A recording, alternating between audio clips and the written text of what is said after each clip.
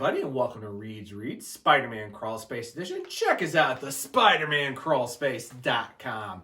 Well, I'm here, of course, to review Amazing Spider-Man 89, aka 890 in legacy number, as the next part of the Queen Goblin storyline continues the lead into the end of Spider-Man Beyond by Patrick Gleason and Mark Bagley. So let's get into the pros. I have to say this is a really good issue. First of all, it just picks up exactly where it is and also gets us seeing where Peter Parker is with his physical therapy. I like the fact they actually have taken with the continuity how Peter has been slowly recovering and getting better.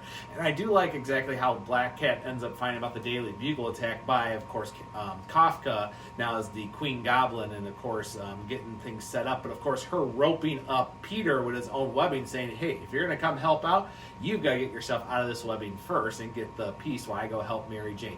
It's a really good issue, and I also really like the fact that there's some great character work on Mary Jane here as she's in the throes of the Queen Goblin, how, you know, she basically doesn't like to see what it is. She's not going to be some innocent bystander dancing. Well, instead, the fact she attacks Ashley Kafka is actually really kind of cool.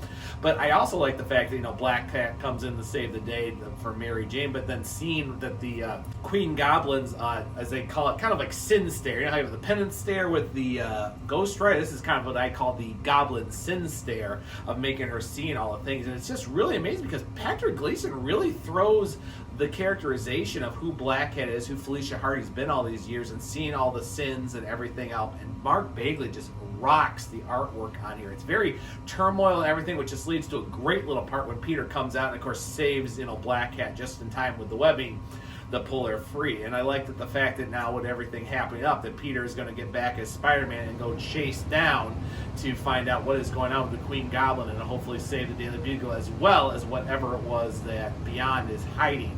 It's a really good issue, and I really like the little piece at the end when it gets revealed that Janine actually freed Peter from the webbing to have him go, and him actually admitting, like, hey, I never have a plan, but I've got to be responsible and I've got to go save the day. And it's really nice, and I really like the little pieces on that. Only cons I can really do here is, even though we get the origins of when Ashley Kafka is turned into the Queen Goblin using the sins of Norman Osborn, a little bit of Goblin sermon and so forth, the fact is Maxine Danger is now turned into the classic cartoon villain. Oh, yes, she's evil. Oh, look, she's killing you. She got her power. That's my queen. Go destroy things. It's almost like a Dr. Nimnol kind of thing out of Rescue Rangers kind of thing. I get what they were trying to say there, because that's kind of how I felt with Maxine Danger as it's gone, why they put her being evil and Tristan. This is the official cartoon villain moment where she's just in gleeful moments, of course, when Ashley rocks it away as the Queen Goblin, even though it's done in flashbacks, as we found last issue when Ben left the scene, of course, and left everything Danger. She was like, wait a minute, this doesn't work. Wait, what did he just do? It's the only con is, but like I said, it's very cartoonish villain. And of course, as we see here, we also find out maybe there's a little bit more to Ben's manning them out, since he actually sent Janine to go free Peter to go help Mary Jane. So that's a very interesting little twist to that little part. It's a really good issue, and except for those little couple of moments here with, like I said, with the cartoon villainry and a couple other pieces, this is like a solid A from me. I really enjoyed this work. Gleason does a great writing on the issue.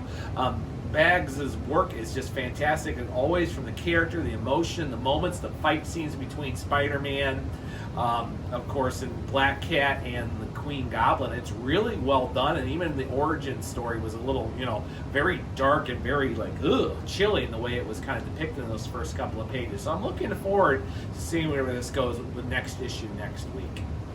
Well, everybody, that's all I've got here. Nice, simple, done-in-one review here with issue 89, aka 890. So on that note, guys, please check us out at the Spider-Man Crawl Space for more information on the latest Spider-Man news, podcasts, and more. And I'll be back next week, of course, to review the next issue of Amazing Spider-Man as we continue the Queen Goblin story. And, of course, the Ben Reilly Spider-Man issue number 2 next week by J.M. DeMantis. So on that note, guys, I hope everybody has a good weekend, and I'll see everybody on the Crawl Space.